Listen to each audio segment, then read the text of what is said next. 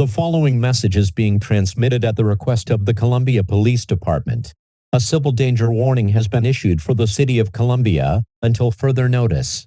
At 12:26 p.m. Eastern Daylight Time, a person who is believed to have possession of weapons up to Class 4 has been spotted near downtown Columbia by the Columbia Police Department. The intention of the person is unknown at this time.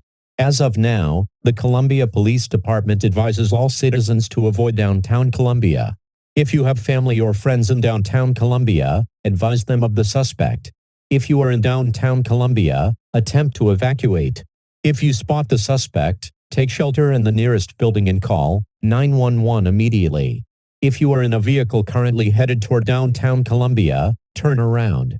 Otherwise, stay tuned to commercial radio and television outlets for the latest information on this developing situation.